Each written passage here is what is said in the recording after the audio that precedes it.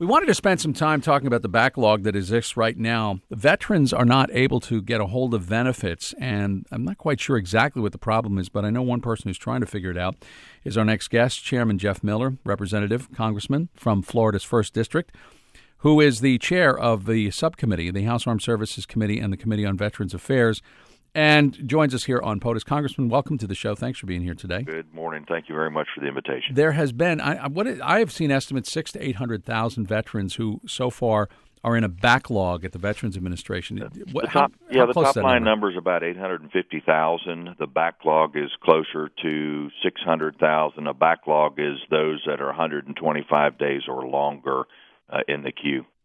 Is this, are they different levels of benefits that they can't get a hold of? Is it sort of like one kind of benefit that they're seemingly being kept from obtaining, or is there any way to characterize it? No, there really isn't. It's across the board. Obviously, there any type of benefit that's out there, from sleep apnea to a loss of a limb to sight or hearing or anything of those magnitudes, and of course they all require some type of medical doctor having an exam, and then if you go back into the Vietnam era and some back into World War II, you have to have backup information that associates with that medical exam, and so some of it's very, very difficult because the records are lost or misplaced, and unfortunately what we don't have in the 21st century is an electronic medical record that is totally digitized. A lot of these are all paper.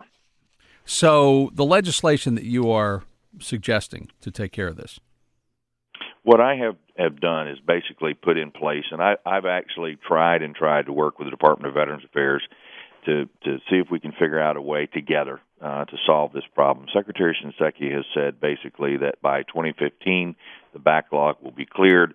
Nobody will have to wait more than 125 days, and they'll be 90% with their accuracy rate. I don't think he's going to meet those goals, and so what I'm doing is basically asking for a task force or a commission to be formed of industry leaders, VA, and veteran service officials, hoping to revise evidence-based processes that will help VA to break its claims backlog once and for all, not only just to hit the 2015 mark, but going into the future. Now, part of the reason for the high number I had thought was because of this accelerated number of veterans who were claiming benefits.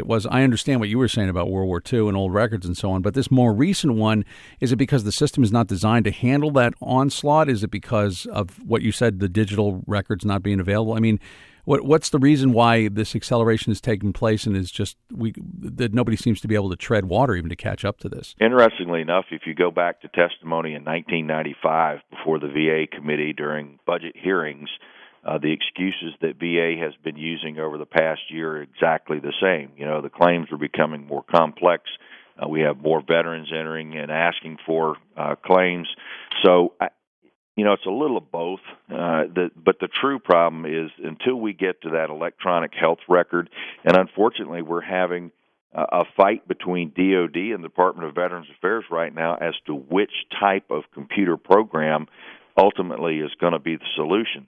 Congress mandated a few years ago that they get together and basically come up with some type of a resolution. Unfortunately, the DOD, Department of Defense, says, nope, we're going to go our own way, we're going to pick our own type, and I think it's going to further exacerbate the problem. So we're going to do what we can do in Congress through armed services and through the VA to force them to pick a single electronic Look, there's no reason that somebody going into the service today can't leave active duty service with a electronic record in their hand that's not a 10-inch thick paper file that they can give to VA, and it has every single medical procedure, every doctor visit, every X-ray that's done on them. Unfortunately, right now, it's up to the veteran to chase all this stuff down. And look, they're busy fighting. They're doing what they're supposed to do, defending this country. The last thing that they're thinking about doing is trying to take care of their medical records. Or they may not be in a position where they're really able to, and somebody has to advocate for them on Absolutely. their behalf. Well, The battle over a particular program, is that what it is? Or a particular company that provides the program that would help consolidate these records? That's one of the battles? You have two different systems. One is called Alta, one is called Vista. Vista is the one that the VA likes. Alta is the one DOD likes. DOD is very comfortable with that system, and unfortunately, they do not communicate together. And I think, if we gave a $10 million prize to some kid in Redmond, Washington, to go out and try and find a way to make a patch to make these two softwares at least talk to each other, we'd be a long way to solving this issue. But again, unfortunately, it's being put on the back of the veteran to bring all of this information in, and they have to prove that they have the disability, when in fact the people that have the proof are the federal government, because while they were in active duty service, a great number of those records still reside there. Now, obviously, circumstances change as veterans grow older, and they do have to go back and get other exams and provide other medical evidence. But these we're particularly talking about while a service member is actually wearing the uniform. You have suggested a task force that would be able to come up with some solutions. Who is actually working on it now in the Veterans Department? Obviously, the Secretary oversees it, but is there a group of people? Are there 10, 20, 30 people who are working on this? There's an undersecretary that deals specifically with benefits, but unfortunately she deals with all benefits, not just health-related benefits.